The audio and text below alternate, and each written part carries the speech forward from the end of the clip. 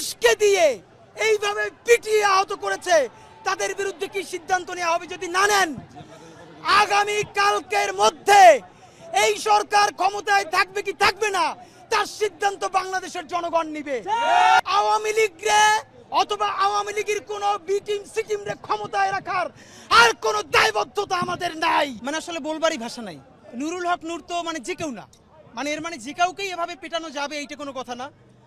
আমরা সবাই বারবার নুরুল হক নূরের ভিডিওটা দেখছি, কিন্তু এইখানের ইমার্জেন্সিতে ইসলামী ব্যাংক হসপিটাল কাকরাইলে অন্তত 50 জনের অধিক প্রচন্ড অসুস্থতা নিয়ে ওখানে আছেন। তা আমরা আসলে নির্বাচনের ট্রেন দেশে ছেড়ে দিয়েছে।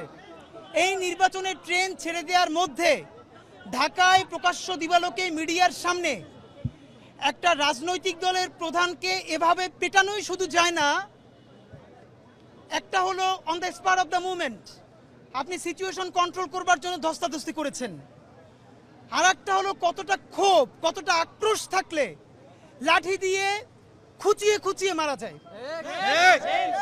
নুরুল হক নূর এখন আইসিইউতে আছেন, তার সাথে অনেকে প্রচন্ড অসুস্থতা নিয়ে আছেন। আমরা মনে করি আমাদের সবার রাজনৈতিক মতানৈক্য আছে, আমাদের অনেক ঝগড়াঝাটি আছে, কিন্তু বাংলাদেশের স্বাধীনতার সার্বভৌমত্বের প্রশ্নে আমরা পুরো বাংলাদেশ আওয়ামী ফ্যাসিবাদের বিরুদ্ধে ঐক্যবদ্ধ।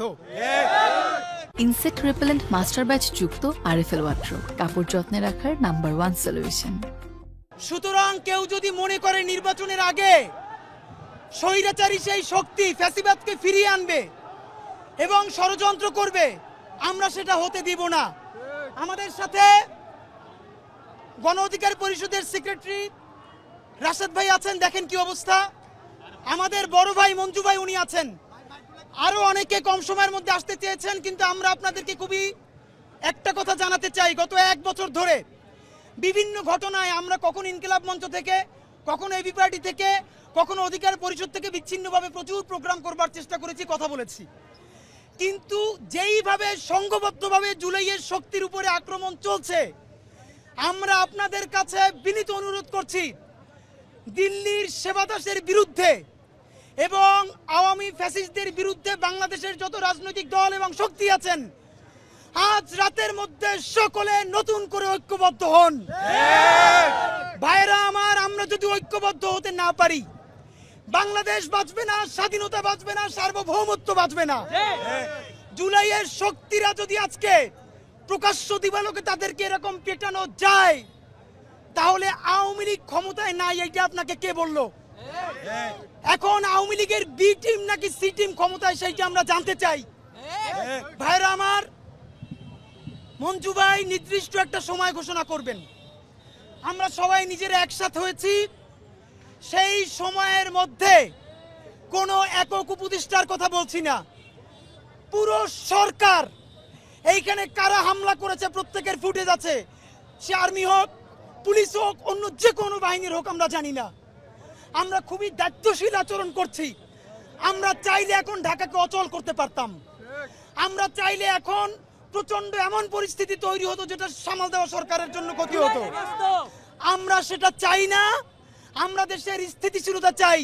এর মানে এই না জুলাইয়ের এই শক্তিগুলোকে পিটে রক্তাক্ত করলেও আমরা সংযম দেখাবো, আর সেইটার মাধ্যমে আপনি আওয়ামী লীগকে ফিরিয়ে আনবেন, সেইটা আমাদের জীবন থাকতে হইতে দিব না। সুতরাং বন্ধুরা আমার, নুরুল হক নূর এবং তার বন্ধুদের উপরে যে হামলা হয়েছে, এই তার নেতা কর্মীদের উপরে যে হামলা হয়েছে, এই হামলা তার একক তার উপরে হয় নাই, মঞ্জু ভাইয়ের উপরে হয়েছে, ইনকিলাব মঞ্চের উপরে হয়েছে, সারা বাংলাদেশের স্বাধীনতার সার্বভৌমত্বের পক্ষের শক্তির উপরে হয়েছে।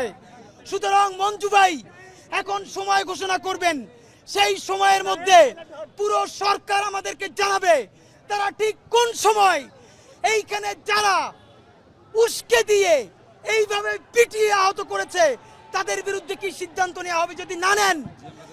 আগামী কালকের মধ্যে এই সরকার ক্ষমতায় থাকবে কি থাকবে না তার সিদ্ধান্ত বাংলাদেশের জনগণ নিবে। সুতরাং আওয়ামী লীগরে অথবা আওয়ামী লীগের কোন বি টিম সি টিম রে ক্ষমতায় রাখার আর কোন দায়বদ্ধতা আমাদের নাই। বন্ধুরা, এবি পার্টির প্রধান মঞ্জু ভাইকে অনুরোধ করছি, তিনি এখন সময় ঘোষণা করবেন, এই সময়ের মধ্যে সরকার তার সিদ্ধান্ত জানাবে, নইলে তারপরে বাংলাদেশের জনগণ তার সিদ্ধান্ত জানাবে।